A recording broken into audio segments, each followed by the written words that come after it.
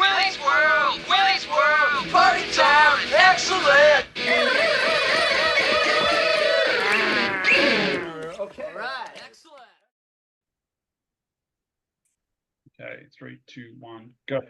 Yo, Willy's World Podcast, dopest dope you're ever gonna smoke. Episode 27. Shit, time's flying. 2024 is kicking into action. Today we're in the house with the one and only Dale Egan, probably the king of porn in Australia, down under. He's had a pretty interesting past, and now he's making OnlyFans content, and he's killing it. How's your day, Dale? What's going on? Yeah, good mate. Standard day for me. Just went to the gym, cafe. Now behind the desk doing a bit of work. Pretty standard. And whereabouts are you from originally? Tweed Heads. I grew up in. I'm born in Armadillo, but I grew up in Tweed Heads, just over the border. But I've been in Gold Coast, since I was 19 or something. So. And how did you? What was your original vocation? You were a little bit of a bad man, and you growing up in Tweed Heads. What was it? What was that like growing up in the 80s and 90s in Tweed Heads? It was good. I mean, it was fun. Pretty yeah, pretty typical, I guess. Like, house parties every weekend, drinking. You with your mates, you do this, you do that. Just a bit of fun, really. But I was definitely a lot different back then. Yeah. And so you've had an interesting life coming into this, what you do now. Can you tell us a little bit about your background and about how you got into creating content and OnlyFans? Yeah, well, so prior to me going to jail, I was already in the sex industry a little bit. I did topless waitering for a few years. I was always a promiscuous guy. I tried stripping, fucking shit. Can't dance for shit. Wasn't for me. You got too late, eh?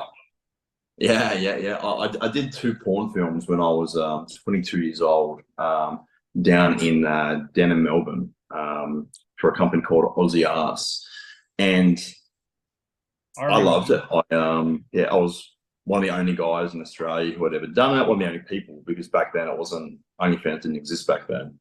No, it didn't. And I remember I was good friends with Kiki Vitas back in the day when she won AVN Rookie of the Year. And I remember shooting some content with her, and it was actually illegal to make content in Australia unless you were a couple. And we actually rented a villa that we did a shoot with, and they ended up getting kicked out of the villa that we rented because they tried to film some porn on the back porch near the pool. I love that. Yeah, Kiki's cool. She's pretty wild. She's done some wild things in her life. Yeah, she's a cool chick. She's actually she actually used her porn money to become a pilot and a nurse, which is pretty remarkable. Well, that meets the eye with that lovely young lady. Yeah, pilot and a nurse. It's pretty cool. Hey, I mean, the pilot, you would not expect the pilot. Like, it's cool. Yeah, well, it's interesting when people have a multitude of personalities that they like to put out into the universe. You don't need to be a one type of cat. Yeah, no, absolutely. It's definitely good to have a few different categories of what you're into and what you're doing. So you got into that, and you started that. And so what was the industry like back then? Because back then there wasn't that many girls that were really partaking in it. Obviously there was a few chicks. There was Mishka Venta, and there was obviously Kiki Vitas, and then before that, who was the famous Aussie porn star that she's still around now? I can't remember her name off the top of my head, but there was a girl in the late 90s and early 2000s that was reasonably big too. Yeah. There's a few of them back then. There wasn't a lot, but like I would say there was maybe 10 girls who had like who were fully into it, maybe. It was very small back then. There was only a couple guys. There's only one guy I know who is still in the industry from back then. That's Ryan James. He's been in it for longer than me. But back then it was very small. But now it's massive. And so, what was it like? Going into that. Obviously, you're probably not the kind of guy to have stage fright. What were the the pre-notions that you had that kind of before you got into it, and then kind of as you got deeper into it, you know, how you kind of opinion about it kind of changed and opened up? Well, I mean, when I first started, like way back then, before I went to prison, that I had bad stage fright. I was nervous. I was young, didn't know what the fuck I was doing. I thought I was the king. You know, I thought I could, you know, fuck like a porn star. I thought I was a man, but I was shit. I was fucking terrible. But then obviously coming out, I got back into OnlyFans. Or got into OnlyFans. You know, didn't have anything else to do, and I got into it. Started meeting some really good people. Had a lot of fun. Started making money, and then yeah, just it really, really opened me up to a lot of things. And so as OnlyFans kind of opened it up and kind of took away the gatekeepers, you know, of Vivid and all of these established film companies that were American based, it seemed from the outside in that back in the day, the only way to really make it was to go to either Prague or to go to LA. Is that something that you were, you know, did you conceive of doing that back in the day when you were like 22 and you first got into it? No, I actually didn't. Only because I got paid fucking peanuts over here. So I just assumed it was like that everywhere. Yeah, so I didn't even cross my mind, to be honest. If I stayed with it, then I probably would have. And obviously now, like the past couple of years, I would have loved to have gone to America, but not an option for me, unfortunately. So now that OnlyFans has kind of become a mainstream kind of place in the society, what were the early days of OnlyFans like? Because it really did take away the gatekeepers of the industry, and then it kind of allowed and empowered people like yourself to be content creators and kind of make a living doing, you know, what your vocation is now, in a similar way to how YouTubers are making money. Yeah, no, it definitely did. I mean, look, anybody can make their OnlyFans and start making money as long as they can market themselves, and that's all it comes down to. You know, and it took away that, you know, you could be anywhere in the world. You didn't have to know anybody. You could start an OnlyFans, start promoting yourself on social media, and you could become a porn star like that. You won't, you know, you don't have to go to, you know, you don't have to go to America and film for companies that are probably going to treat you like shit. You don't have to do that. You know, you're your own boss. You promote yourself, and you get to go. Yeah, OnlyFans was definitely a big change, and it helped a lot of people. Helped a lot of you know, young people who didn't have much money. Helped them make money, a lot of money. And tell me, how did you go about kind of recruiting the first you know, other girls and content creators to shoot with? What was the process that you went through at the very beginning? Because obviously it was very new. A lot of girls didn't know that you could make money from it. Obviously now it's very obvious because it's in the media. What were kind of some of the hurdles that you had to kind of cross to be able to or jump over to be able to get to where you are now? Yeah, so when I first started, I knew a couple girls who were doing it. So I just kind of casually slept with them, and we filmed it. And I started making content like that. You know, I started building my Instagram page, and I would start following girls and, you know, trying to ask them to, you know, collaborate. You know, they wouldn't follow me back. They wouldn't message me, you know, the standard kind of thing. I'm like, you know, but as you got to go through that, you know. And then, you know, just over time, I just kept going out. I kept building my brand. I kept going to social media, kept trying new things. And I guess the more effort I put in to show that I was actually serious about what I'm doing and I can add value to anybody that I work with, and I want to add value, then I guess more people, more girls want to work with me, the more my name got out there. And it kind of just went from there, I guess. And so there's been a few people in the industry that have kind of taken advantage of other content creators. We won't mention any names because we probably already know who people like that are.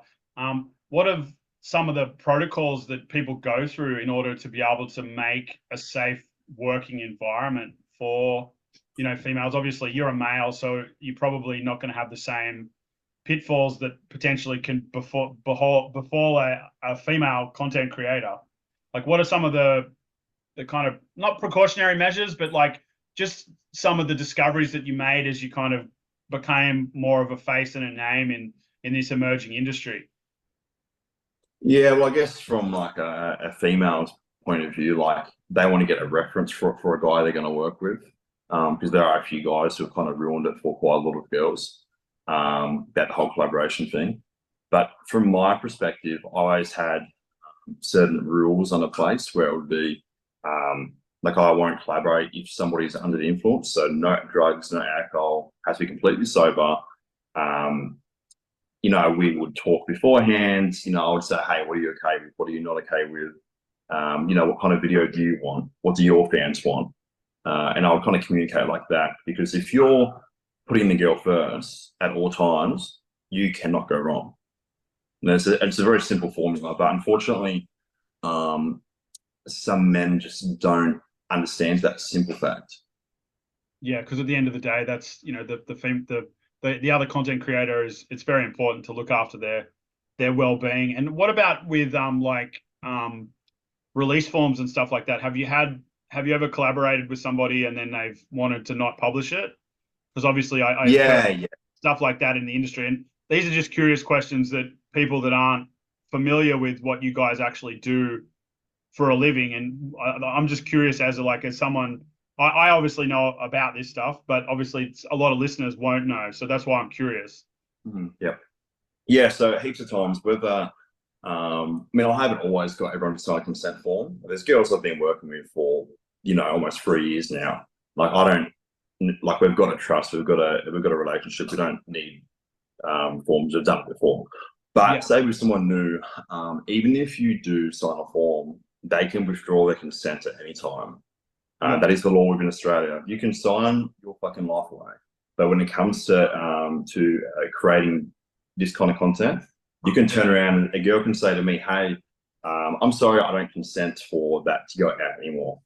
And there's nothing I can do. I just have to say, "Completely fine, no worries." But you know, circumstances change as well. Like girls have to go through a lot more than what us guys do in terms of judgment. Like men grow up and women grow up thinking that, you know, girls can't be promiscuous because that's what we're told by everyone older than us, you know.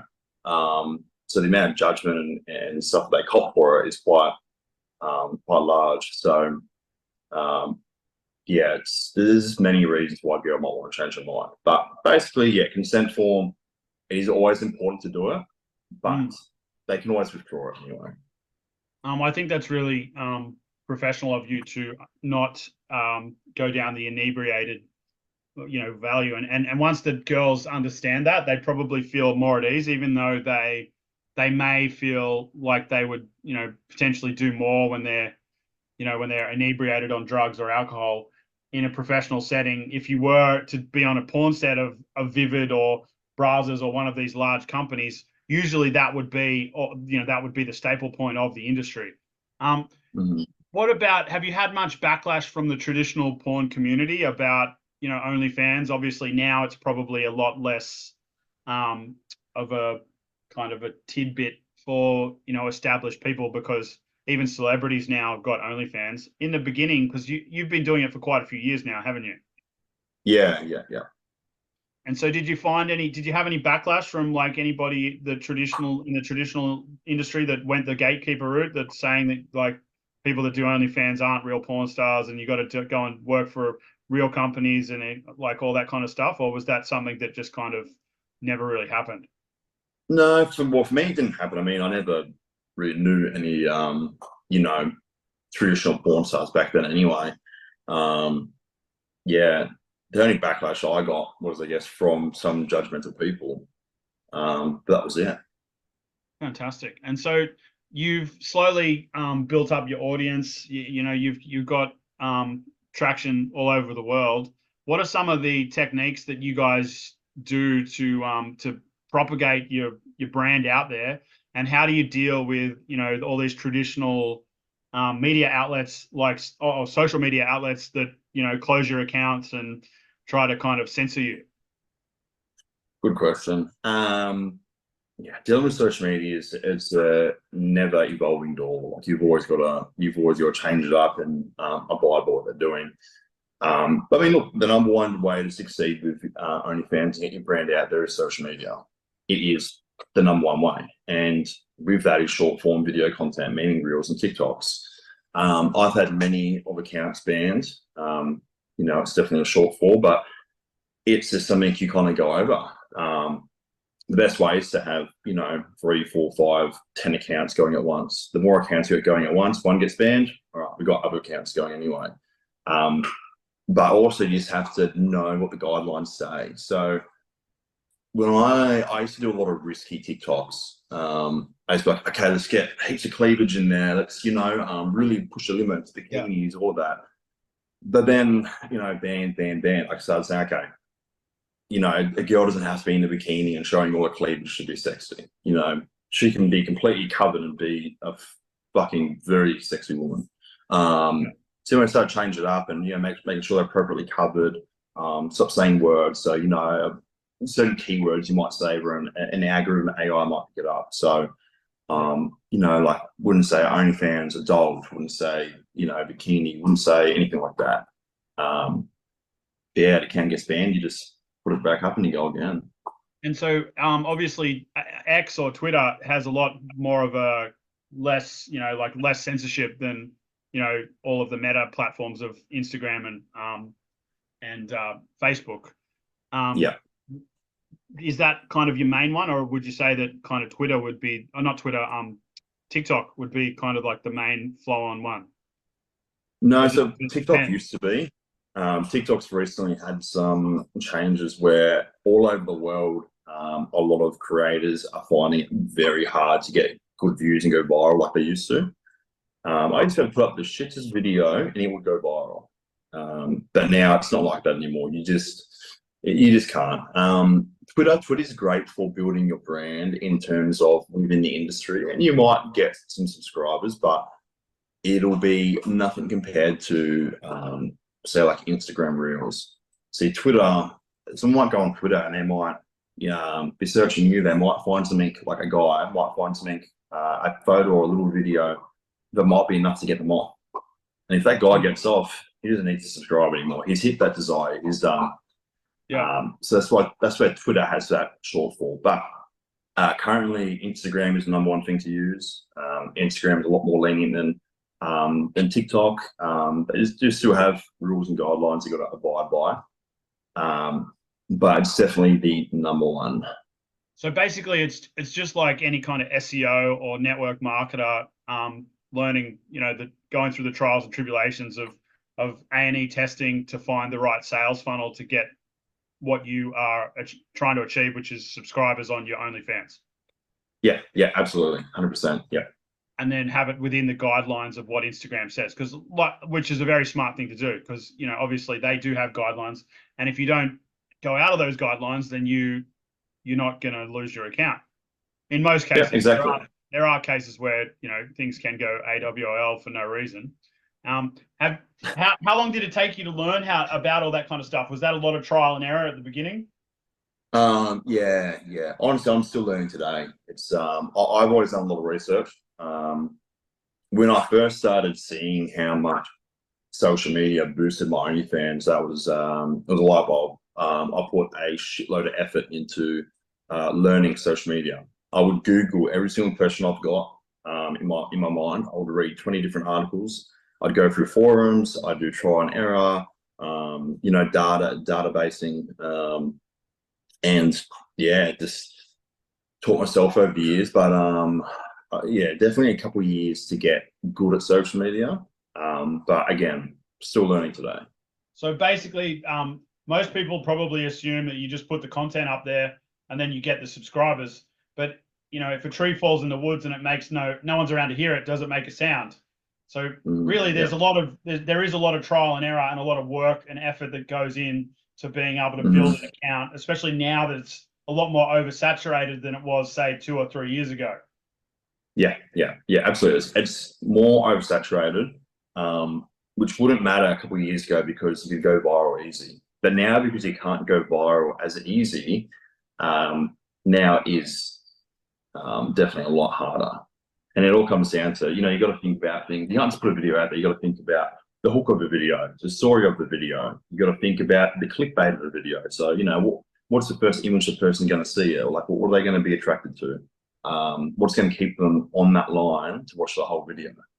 You know, and then you got the caption, because you got to, you know, you need your marketing funnel. So you got to funnel them through to your website link. Then you got to have incentives for them to click and subscribe. So it's a whole, it's a whole deal. And then do you think that obviously you collaborate with a lot of well-known female content creators? Do you think usually the sales funnel comes through from the female side as opposed to yourself? Or do you think that your loyal fan base that you've gathered over time, they're curious about who you're working with next? To be honest, I wouldn't even put it down to who I'm working with next or them coming from the girls. I think it's just a matter of guys know that there's a shit ton of girls on my page. There's a lot of variety. So there you want to see all the different girls. So you've also got a website, don't you, that has like almost like a Brazzers, kind of like a traditional porn website with the variety on it. Is that correct? No, I don't. So I've only got my OnlyFans, but and I'm on Pornhub as well. Okay. Oh, so how does that work with posting like clips on Pornhub and stuff like that? What kind of process do you have to go through to be able to get the content verified to be able to publish on these different platforms? Like so Pornhub's actually very easy. Once you sign up as a model on Pornhub, all you need is a consent form, and you can post a video, and it'll go up. It's a very easy process, but not many girls consent to Pornhub. So you're very limited. Like for someone like me, maybe 5% of everybody I've worked with, I could probably put on Pornhub. Yeah, that's because their parents can search the content, probably. Yeah, parents or their ex-lovers or whoever it is like that, and then it's a lot more in the face, because a lot of people, you know, they might say they only do OnlyFans, and then they might lie and go, I only do bikini stuff or whatever it is that they say. And up to them, that's their own prerogative of how they want to be perceived by people that are hating on them or, you know, trying to discredit them or judge them in any way, shape, or form. So that's really interesting. And was there a lot of how do you find that kind of content like resonating with through your sales funnel, like posting like clips of, you know, certain cut down scenes and stuff like that in a more traditional porn sense of how the established industry worked before OnlyFans? So your sales funnel towards OnlyFans won't do well. I mean, people are on Pornhub because they don't want to pay. So you won't get subscribers, but you will earn. You earn money per view. So you get ad revenue on Pornhub. For example, for a total of 1 million views, you get about $1,000. That's not too bad. It's not amazing. Yeah, so, it's not amazing. It's amazing, but it's part of the hustle. It all stacks up, and you know, all this brick by brick, you've built an empire based around what you do. So exactly. What would some of the if you could go back and tell, you know, Dale getting into OnlyFans, you know, 2 or 3 or 4 or 5 years ago, what are some of the lessons that you'd kind of parlay to yourself? I probably would not have collaborated with so many people. I probably wouldn't have shared as many of my secrets. I probably would have kept to myself a lot more. Yeah. Yeah, probably they're probably 2 of the main things. Yeah. Interesting. And have you had like do you get like a flux of emails from random guys going, how do I get into this industry? And obviously, because like you said, when you were a kid, you know, when you were 22, you thought that you fucked like a porn star and, you know, you killed it. But really, at the end of the day, it is a profession that you need to get good at. And whether you're a professional skater or you're a professional skier or surfer or even a darts player, you know, you might be able to fuck really well in a closed circumstance, but when you're on camera, it's a totally different thing. And then also in the traditional sense of porn, when you're on a set with like 20, 30 people and a fluffer and lighting guys and all that kind of stuff, that's an even higher level. Not maybe not necessarily higher level, but a little bit more of a difficulty to be able to perform because you might get stage fright, you know, all that kind of stuff.